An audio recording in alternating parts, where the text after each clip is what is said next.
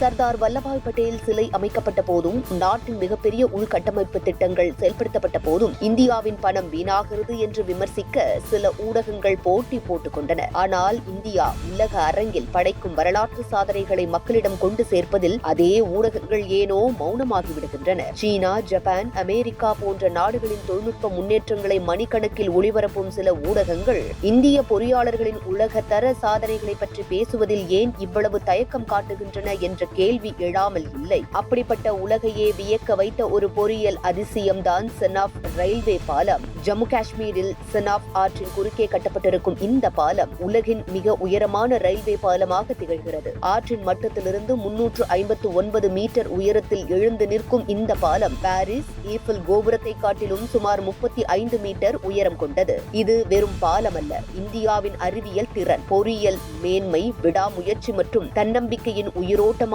சின்னம். பல தலைமுறைகளாக கனவாக இருந்த காஷ்மீரை இந்தியாவின் பிற பகுதிகளுடன் முழுமையாக ரயில் மூலம் இணைக்கும் இலக்கை இந்த பாலம் நனவாக்கியிருக்கிறது. இன்று வந்தே பாரத் ரயில் காஷ்மீரை சென்றடைவதற்கான முக்கிய அடித்தளமாக செனாப் பாலம் விளங்குகிறது. இந்த பாலத்தை அமைப்பது சாதாரண பணி அல்ல. இமயமலையின் கடுமையான நில அமைப்பு, ஆழமான பள்ளத்தாக்குகள், நிலச்சரிவு அபாயம், நிலநடுக்க அச்சுறுத்தல், மணிக்கு 260 கிலோமீட்டர் வேகத்தில் வீசும் புயல் காற்று என எண்ணற்ற சவால்களை இந்திய பொறியாளர்கள் தங்கள் அறிவாலும் உழைப்பாலும் வென்று இந்த வரலாற்று சாதனையை நிகழ்த்தியிருக்கிறார்கள். இந்த மாபெரும் சாதனையின் பின்னால் ஒரு இந்திய பெண்ணின் அரிய பங்களிப்பும் இருக்கிறது. அவர் டாக்டர் ஜி மாதவி லதா. 17 ஆண்டுகளுக்கு மேலாக செனாப் பால திட்டத்தின் புவி தொழில்நுட்ப ஆலோசகராக பணியாற்றினார். மலை பாறைகளின் நிலத்தன்மை, பாலத்தின் அடித்தள வடிவமைப்பு, நிலநடுக்க பாதுகாப்பு, மலைச்சரிவு தடுப்பு உள்ளிட்ட மிக முக்கியமான தொழில்நுட்ப அம்சங்களில் அவரது பங்களிப்பு அளப்பரியது. இந்த பெருமை எனக்கு மட்டுமல்ல, ஆயிரக்கணக்கான பொறியாளர்கள், தொழிலாளர்கள்,